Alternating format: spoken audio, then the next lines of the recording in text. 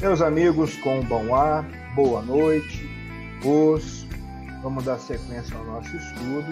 E só para situar direitinho, nós estávamos falando da espiritualidade da alma, falamos da prova pela natureza da inteligência, da prova pela vontade, colocamos que a alma não é um puro espírito, falamos sobre a união da alma e do corpo, e aí nós separamos a união acidental da união substancial, colocamos os problemas da união da alma e do corpo, falamos sobre o todo substancial, das relações do físico com o espiritual, e hoje vamos começar falando sobre o destino da alma. A união do corpo e da alma não é indissolúvel. Chega um dia em que ela se rompe. Sabemos o que acontece ao corpo, mas o que acontece à alma? Morremos completamente? Esta questão é grave. Toda a orientação de nossa vida depende dela. E tem uma colocação do pensador Pascal que é profundamente verdadeira. Ele disse o seguinte: concordo em que não se aprofunde a teoria de Copérnico, mas isto sim, é muito importante saber se a alma é mortal ou imortal.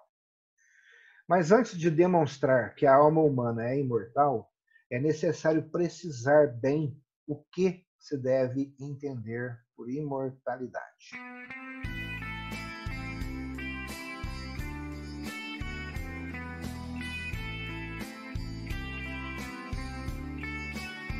A imortalidade natural é uma propriedade em virtude da qual um ser não pode morrer.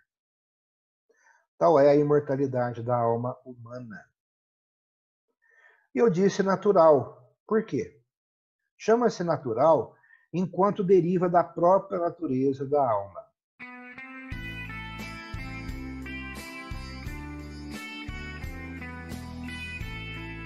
E para a imortalidade existem condições. A imortalidade natural existe 3 condições, a saber, que a alma continue a existir após a dissolução do composto humano, que nesta sobrevivência a alma conserve sua individualidade e permaneça, por consequência, consciente de si mesma e de sua identidade, e que a sobrevivência seja ilimitada.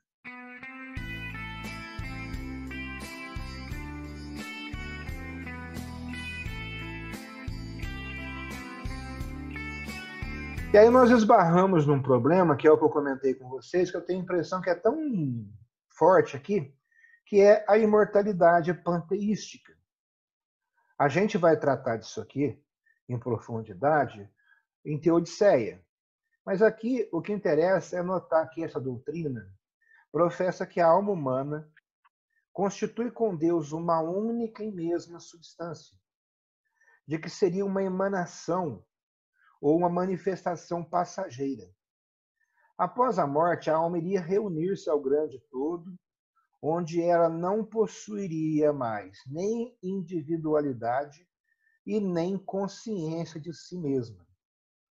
Por isso que eu insisti bastante outro dia no fator consciência, porque é o que caracteriza essa individualidade. É por um abuso que uma tal doutrina fala ainda de imortalidade da alma, pois a imortalidade exclui absolutamente o aniquilamento da personalidade. Ela exige, para ser verdadeira, uma tal sobrevivência individual e substancial que nós conservemos nosso poder de conhecer e de amar, a consciência de nós mesmos e de nossa identidade pessoal. Já pensou, eu vou ser imortal, eu vou ser eterno, não vou me lembrar de vocês, não vou ter consciência de vocês. E o pior, nem vocês de mim, né? Ou seja, de novo, é necessário que ela seja idêntica a si mesma.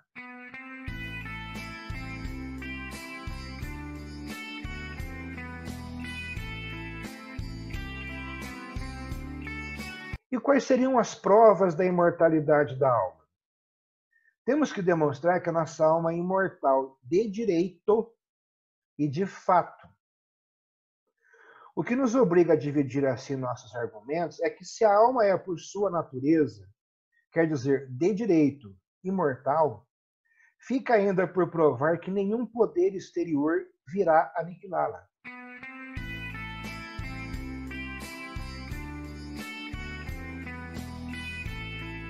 E aí vamos falar sobre a imortalidade intrínseca. A alma é imortal intrinsecamente. Quer dizer, a alma é, por natureza, incorruptível e imortal. E como é que a gente pode provar isso? Por 3 argumentos principais.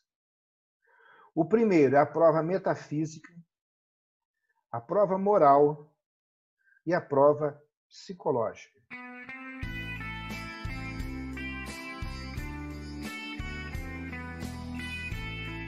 Falando inicialmente na prova metafísica, esta prova se apoia na simplicidade da alma.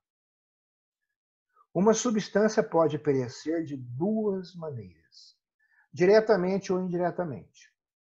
Diretamente ou por si, indiretamente ou por acidente. Então, uma substância perece diretamente quando estiver separada do princípio de que tira o ser, a vida e suas funções. É assim que o corpo, separado da alma, que é seu princípio vital, se decompõe e retorna a seus elementos. Uma substância perece indiretamente ou por acidente quando está privada do sujeito sem o qual não pode exercer suas funções vitais.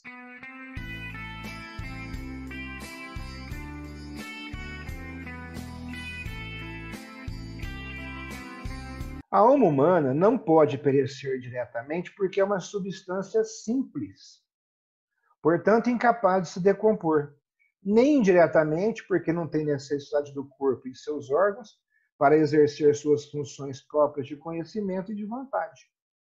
A alma, então, por sua própria natureza, incorruptível e imortal.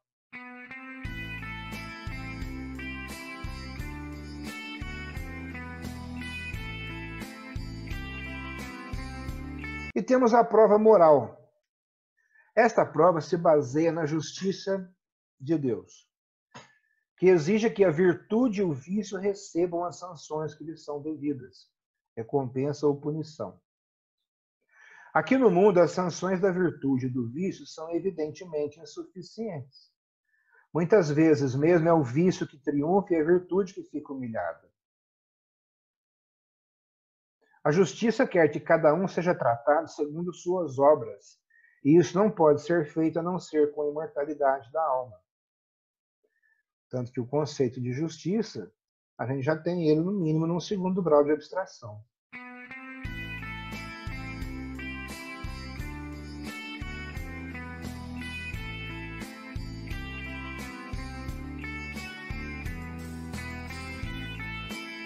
E a prova psicológica se apoia nas tendências essenciais de nossas faculdades. É um fato que nós aspiramos a conhecer a verdade absoluta, possuir o bem supremo e a felicidade perfeita, ou seja, gozar de objetos que ultrapassam o tempo.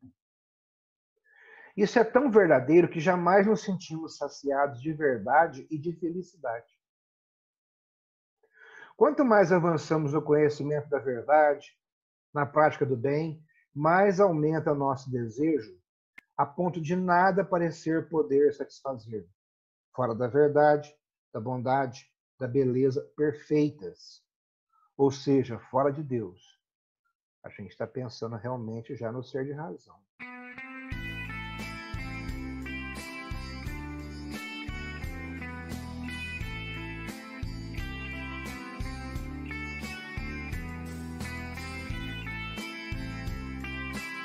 A manifestação de nossas tendências mais profundas e mais vivas demonstra da mesma forma que a alma ultrapassa qualquer tempo particular e finito e é realmente imortal por sua natureza. A imortalidade seria uma palavra vã se a alma, na sua sobrevivência, não conservasse a consciência de si mesma, de sua identidade, e não pudesse exercer suas operações. Então a alma obrigatoriamente conserva a sua individualidade. É o que demonstra os 3 argumentos anteriores. A prova metafísica supõe que a alma, perseverando no seu ser, continue ao mesmo tempo a exercer as operações que se realizam sem órgão próprio.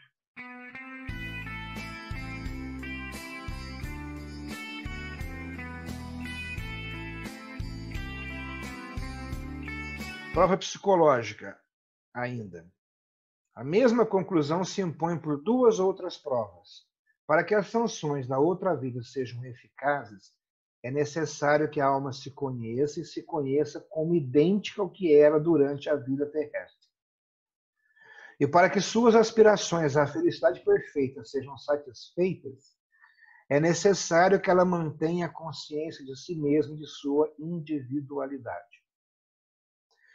Enfim, a sobrevivência limitada aparece como uma condição essencial da felicidade perfeita. Não se pode ser verdadeiramente feliz quando não se está convicto de jamais perder o bem que se possui.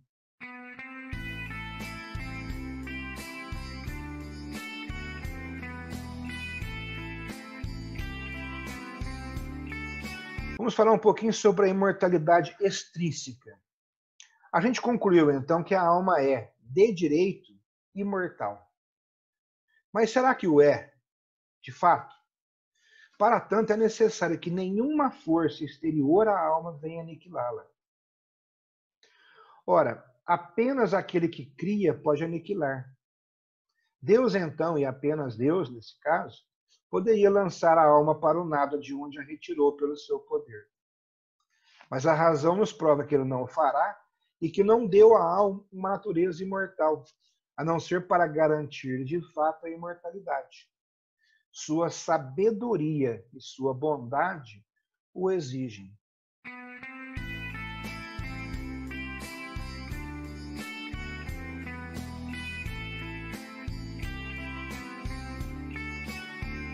A sabedoria do Criador exige que ele não destrua sua obra.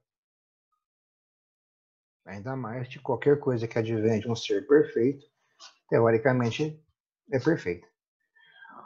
O arquiteto não constrói para demolir, e Deus não deu à alma uma natureza incorruptível para lançá-la ao nada. A bondade de Deus exige que a alma desfrute desta imortalidade, sem a qual suas aspirações mais ardentes e mais profundas ficariam insatisfeitas. Frustrada em suas tendências essenciais, a alma humana teria uma sorte pior que a dos brutos, que ao menos atinge seu fim, e estaria fadado ao desespero. E isso seria indigno da bondade divina. E para que seja divino tem que existir essa bondade. Assim, de direito como de fato, a alma é imortal, de uma imortalidade pessoal e sem fim.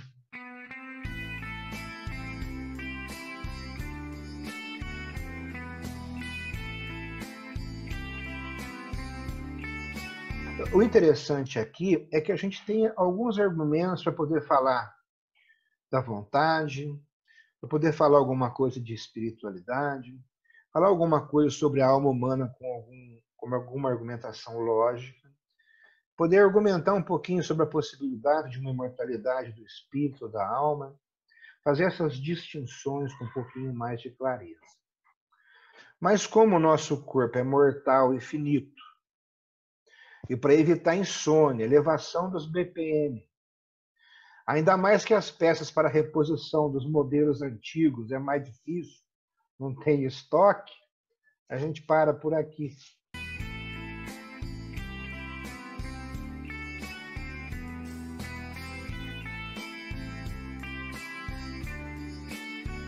Vamos usufruir da sabedoria e da bondade do Criador.